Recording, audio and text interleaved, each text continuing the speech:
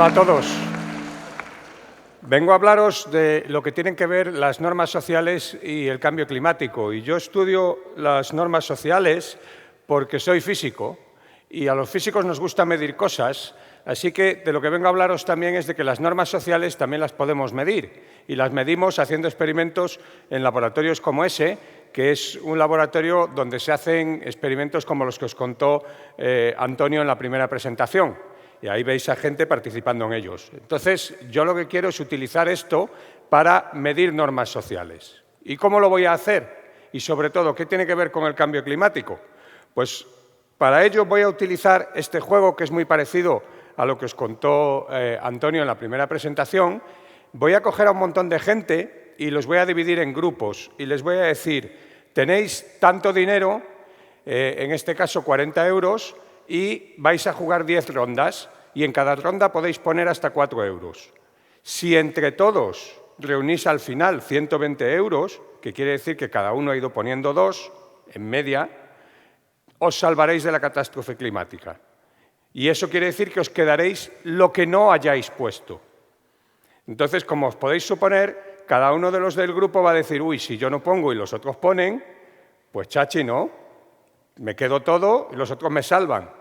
Claro, ¿y qué ocurre en estos casos? Que los unos por los otros la casa sin barrer. Y entonces, si nadie pone, viene la catástrofe climática y lo que ocurre es que en vez de quedarte el dinero que hubieras ahorrado, puedes perderlo todo con una probabilidad muy grande. Y ahí lo que representamos con esa probabilidad es el hecho de que no estamos completamente seguros de que el cambio climático vaya a ser un desastre, pero estamos casi seguros. Entonces, es muy probable que si entre todos no salváis al planeta, no llegáis a esos 120 euros, pues lo perdáis todo. ¿Vale? Hasta aquí es un juego, es un experimento, podríamos medir lo que pone cada uno y ya, pero queremos ir más allá. Y para eso, de lo que se trata es de medir qué normas sociales pueden estar jugando ahí un papel. Y os voy a decir por qué quiero saber eso. Porque otra de las maneras de ayudar a que la gente contribuya a mitigar el cambio climático es utilizar esas normas sociales a nuestro favor. Y esto se ha hecho en otros problemas que no voy a discutir ahora, pero si uno sabe estimular las normas sociales correctas, puede ayudar a que las personas hagan su tarea. Entonces, ¿cómo las mido? Para medir una cosa, ¿qué hay que hacer primero? Definirla, hay que decir lo que es. Entonces, para nosotros una norma social, en este caso va a ser, primero, lo que llamo expectativas empíricas, nombre muy complicado. En el fondo es, ¿qué creo yo que va a hacer todo el mundo? ¿Cuánto dinero va a poner todo el mundo? Esas son las expectativas empíricas. Y luego hay otra cosa que son las expectativas normativas, otro nombre raro. Y es un poquito más raro, pero fijaos que podéis pensar muy fácilmente en qué creéis que van a hacer los demás, pero también podéis pensar en qué creen ellos que deberíais hacer vosotros, ¿no? Es como darle una vuelta de tuerca. Voy a pensar qué piensa la gente que tengo que hacer yo.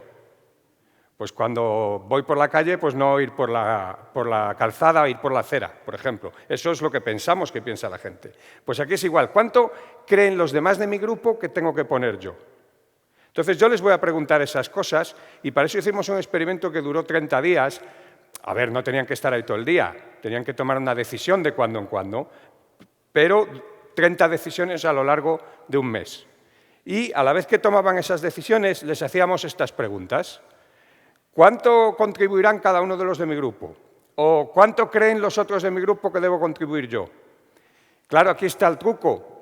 Uno podría contestar lo que le diera la gana, pero le decimos, no, te voy a pagar si aciertas. Y entonces, a la pregunta de cuánto creen los otros de mi grupo que deberíamos contribuir, lo voy a comparar con lo que contestan a la de abajo. Les voy a preguntar a cada uno cuánto deberíamos contribuir. Y voy a comparar esas cosas. Y a la pregunta de cuánto contribuirán los de mi grupo, como van a contribuir, voy a compararlo también. Y voy a pagar a los que acierten. Y así la gente realmente se esfuerza en darme una respuesta correcta. Entonces, con eso puedo estudiar cómo son las normas sociales. Y aquí viene la cosa interesante. Lo que hicimos fue decirles a unos, primero su riesgo de perderlo todo era el 90%, casi seguro.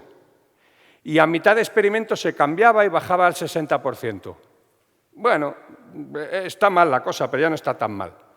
Y a otros lo que les decíamos es, empezáis con un riesgo del 60% y al final, a mitad de experimento, cambiaba al 90%. ¿Qué es lo que vemos? Pues lo que muestra esta gráfica, que tampoco es necesario que os cuente en mucho detalle, es que cuando empieza un riesgo muy alto, se desarrolla una norma social, que yo puedo medir con esas preguntas, de contribuir mucho. Y esa norma social, cuando cambia el riesgo a mitad de experimento, se mantiene en el tiempo. Va cayendo un poco porque el riesgo no es tan alto, pero se mantiene en el tiempo. En cambio, cuando empiezo con el riesgo bajo, la norma social es menos fuerte, hay menos gente que la sigue, no está tan claro que todos estén de acuerdo en la cantidad y solo en el momento en que se les dice, ojo, que ahora cambia el riesgo, se establece de nuevo esa norma fuerte. Entonces, las normas hacen que la gente contribuya más, pero además ellas mismas evolucionan dependiendo del riesgo al que nos enfrentemos. Y la cosa importante, recordad qué es lo que había que hacer. El grupo tenía que alcanzar una cantidad de dinero. Bueno, pues solo los grupos, o bueno, no solo, sino los grupos que tenían esa norma social más fuerte eran los que más veces conseguían salvar al planeta. Solo si uno realmente piensa que está en un colectivo y que el colectivo va a funcionar con una norma, consigue superar ese listón y consigue salvar al planeta. Así que, como veis, como decían antes también mis compañeros, podemos aprender cosas y podemos decirle algo a la gente que sabe esto del clima, de cómo nos tienen que comunicar las cosas. No tienen que mentirnos. Simplemente nos tienen que explicar, como ha hecho Jesús hace un momento, que el riesgo de una catástrofe es muy gordo y que es prácticamente seguro que las cosas van a ir muy mal. Y eso va a hacer que desarrollemos esa norma social y que al final contribuyamos y hagamos comportamientos buenos para el clima casi sin pensarlo, que es de lo que se trata, de meter la mitigación en algo que ya realmente ni lo pensemos. Y espero que, como decía Antonio al principio, no solo nosotros pongamos manos a la obra, sino que quien nos tiene que comunicar esto nos lo comunique bien y nos diga que nos vamos a la porra. Muchas gracias.